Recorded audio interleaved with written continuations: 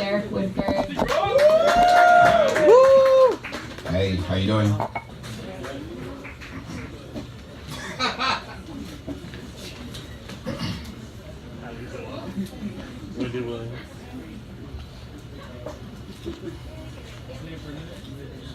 Eugene and I poured ourselves into the back of the black Prius, moonlighting as an Uber.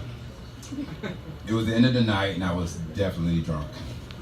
So naturally, and like many times before, I opened up Grindr on my phone.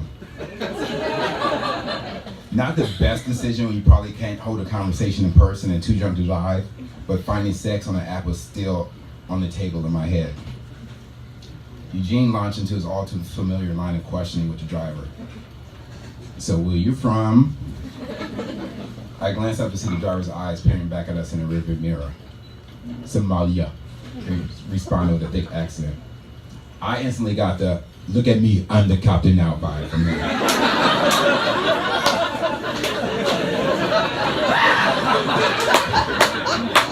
I couldn't help but think conservative Muslim, but Eugene pressed on, not my rating. He ordered the Uber. How long have you lived here? He continued. 2 years. One would think the questions would build upon one another, but not with Eugene. Very next question. Do you like men or women? This was not the first time I heard him ask a driver that, but yet I still gasped on the inside. He replied, both. Oh, Eugene delighted. I shook my head and continued window shopping on Grindr. Eugene then asked, which do you like more? Without hesitation, he replied, men. I like men. Eugene grilled him for a few more questions. The driver didn't all seem to mind. His eyes darted between the road and the rearview mirror. I hadn't said a word the entire ride, and we were nearing my apartment. Eugene lived a few blocks from me, so we often Ubered home together from the bars. Eugene informed him that he would drop me off, then continue to his own apartment, except the driver stopped the car 2 blocks from my building and places the car in park. Confused, Eugene and I look at each other. He adjusted the rearview mirror so that he was now clearly looking at me. Our eyes met in reflection. He turns in his seat and says, you, show me your dick. Eugene immediately burst into laughter and exited the car saying, see ya, talk to you later.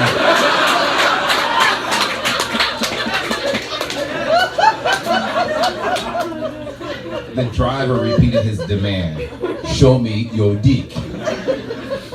I froze. Just 2 minutes prior, I was in fact cruising guys on an app.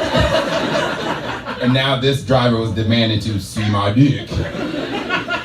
But it was the authoritative nature of his request that caught me off guard. I finally snapped out of my trance. I need to go. I walked the final 2 blocks home, replaying the scene in my head and thinking how it was just perfectly, yet unintentionally set up by Eugene. I met Eugene 11 years ago. We both were recruiting at the San Diego Pride Festival for our departments. Not for the gay agenda, as you may think. We both worked in law enforcement. We were doing outreach and recruiting for our departments. Me, Border Patrol, and him, Harbor Police. Our booths were equipped with pop-up tents and tables, and we were next to each other in the cul-de-sac within Balboa Park. It would be the recruiter I was working with that introduced me to Eugene that Saturday afternoon. Eugene was tall, blonde, and had intense blue eyes. It would actually be another 4 years before we meet again.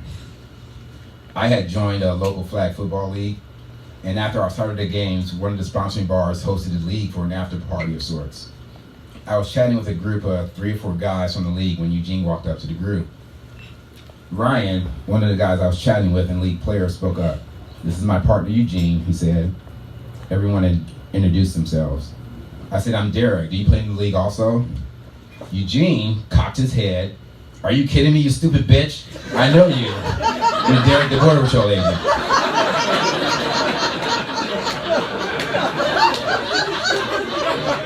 This would mark my first memorable moment at the exchange kind of tells you everything you need to know about him. Sarcastic and outspoken. If he likes you, you'll probably be a target of his ridicule. If he dislikes you, you'll probably be a target of his ridicule. minus the sarcasm, thus driving home whatever point he was out to make. So a risque conversation with the Uber driver and Lyft is not unusual. There has been 2 occasions where he has convinced the driver to end their shift and come to a bar to drink with us. And then there's the time we nearly got into a fist fight with the driver. We had stopped at a taco shop after a long night of drinking. Eugene had purchased my California burrito along with his food, so I ordered the car. According to the app, we were waiting for a beige minivan which soon pulled up.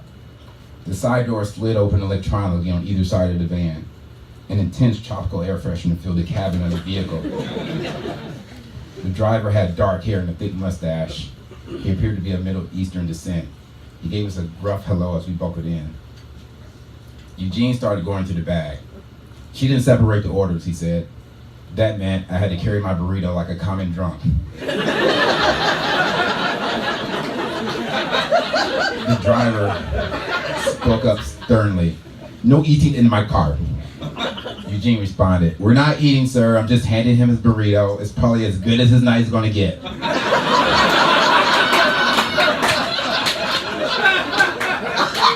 He glared at us in the rearview mirror. Eugene stated again, I promise you, we're not eating. Sitting next to me, Eugene handed me my full wrap burrito from the bag. Within his bag, though, was also an open bag of tortilla chips. It was far from an act of defiance. It was not premeditated, but I took it upon myself to snag a single tortilla chip. To my surprise, the sound of a crunching chip in my mouth inspired a fit of road rage like I had never seen. We hadn't made it 3 blocks from the taco shop when the driver slams on the brakes, throws the minivan into park in a residential intersection. Get out, he shouted. What? I said. You heard me, get out. Eugene laughed. You are kidding me, right? He wasn't. The doors began to slide open. The driver gets out and heads for Eugene, who was on his side of the vehicle. He grabs him by the arm and attempts to pull Eugene from the minivan. Futile effort since he was buckled in. Eugene once again laughs into a fit of laughter. I said, what the fuck is happening? I exited the vehicle to come around to their side with my burrito in hand. The driver and Eugene were now standing in the middle of the street. He still had Eugene by the arm. Eugene was red in the face, laughing uncontrollably. Eugene's laughter somehow fueled his anger. Just no respect, he shouted as speckles of spit escaped a thick mustache sitting on his lip. What the hell is wrong with you, I shouted. Suddenly a sedan pulls up and lights up the intersection. A tall, slender man wearing linen gets out. My friend, he said, what is going on? The 2 drivers then began to speak in what I assumed was their native language. I had no idea if they knew each other or simply shared the language. Words went back and forth. The second driver manages to calm him down and gets him behind the wheel and on his way. We were left standing there in the middle of the intersection while my burrito grew cold and I grew angry. I may have even said, wait until Uber customer service hears about this. Maybe it was the alcohol, but this was a little out of my character. It was usually Eugene flying off the handle, not me. I was the calm one. Maybe I felt compelled to make up for his unusual calm response after being manhandled, a yin-yang of sorts response on my part. I have seen him release a fury on many for far less. There was one night I was on the receiving end of that rage. The night I went to the Red Dress party with Eugene, Eugene's cousin Lacey, and our friend Aaron. It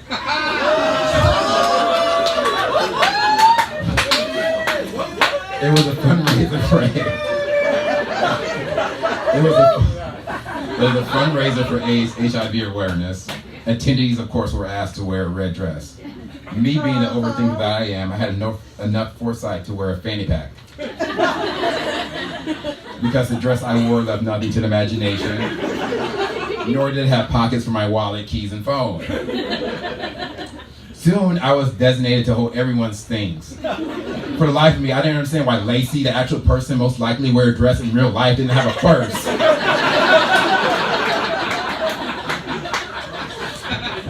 With the slack in my belt, the fanny pack sat on my right hip.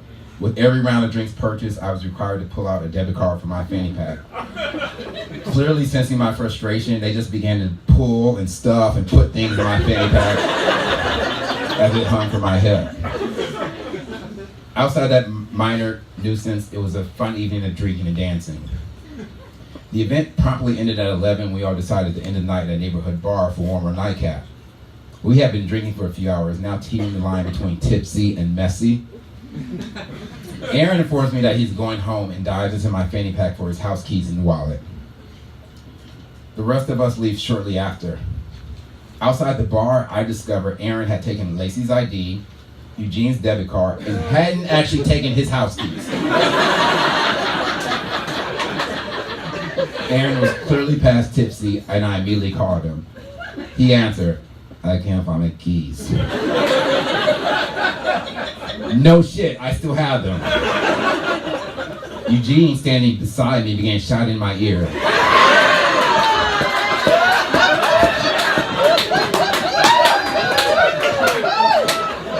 "My phone is about to die, I can't find my debit card, earn me an Uber."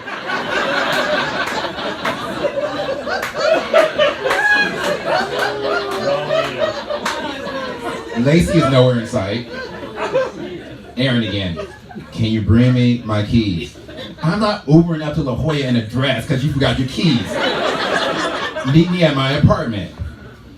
"Fuck you, Derrick," Eugene shouted. "You're a shitty friend, I'm going home." Eugene stumps off down the street in his red dress and combat boots. "Wait a fucking minute, we can Uber together." Back on the phone, Aaron's still pleading with me to bring him his keys. "Aaron, come down, crash on my couch, and I'll drive you home tomorrow. Goodbye." I pull up that app to order the car. Closest ride was 13 minutes out. I sat on the curb in my red dress waiting for my car. The bar was starting to clear out, so others were loitering around waiting for rides also. I was the only one in the dress. I wondered if Eugene was going to walk all the way home, a good 3 miles from the bar. After him shouting at me, I was still worried than angry. Still more worried than angry. He set out on foot in a red dress in the middle of the night. Eugene to me was a shoulder to cry on, a dog sitter, and my sounding board. He was someone I could depend on. There was no doubt in my mind that we would laugh about this tomorrow. And to be perfectly honest, there was a good chance one of us wouldn't remember this tomorrow. A black Prius, my ride, soon pulled up. I mumbled a hello and got into the back seat. He mapped out the address I had previously programmed into my request. I didn't open up Grindr because I wanted to be on the lookout for Eugene if he had indeed attempted to walk all the way home. We'd most likely be on the same route. With no music playing, the ride was eerily quiet. A text message alert on my phone cut the silence. It was a message from Aaron. "I'm outside your place, hurry." I laughed, picturing him standing outside my downtown apartment building waiting for me in his red dress, looking like a tragic sex worker. I let him know just a few minutes out. Another text message from Eugene. "I'm home, bitch." Then another. "Sorry." I laughed and text back. "Glad you made it." I had no idea how he made it home so fast and with a dead phone, but he did. The driver slowed to a stop on a poorly lit corner a block from my apartment. His eyes caught my own in the rearview mirror. I thought about how all the eyes in the rearview mirror began to look alike. "It's another block up," I said. "Remember me?" he said.